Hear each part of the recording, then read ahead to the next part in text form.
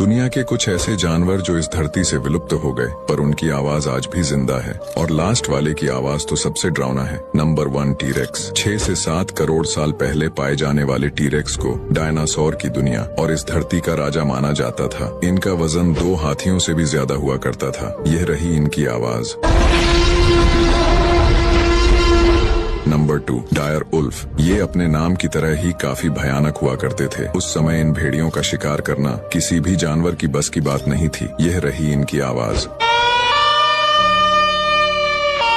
Number 3 को देखने से पहले यदि आप भी मानते हैं कि आपके पापा एक रियल हीरो हैं, तो वीडियो को एक लाइक और कमेंट में यह इमोजी जरूर भेज देना। Number 3, woolly mammoth. Woolly mammoth आज के हाथियों के मुकाबले काफी ज्यादा बड़े और खूंखार हुआ करते थे। ये उस समय के सबसे बड़े और खतरनाक जानवरों में से एक माने जाते हैं। यह रही इनकी आवाज।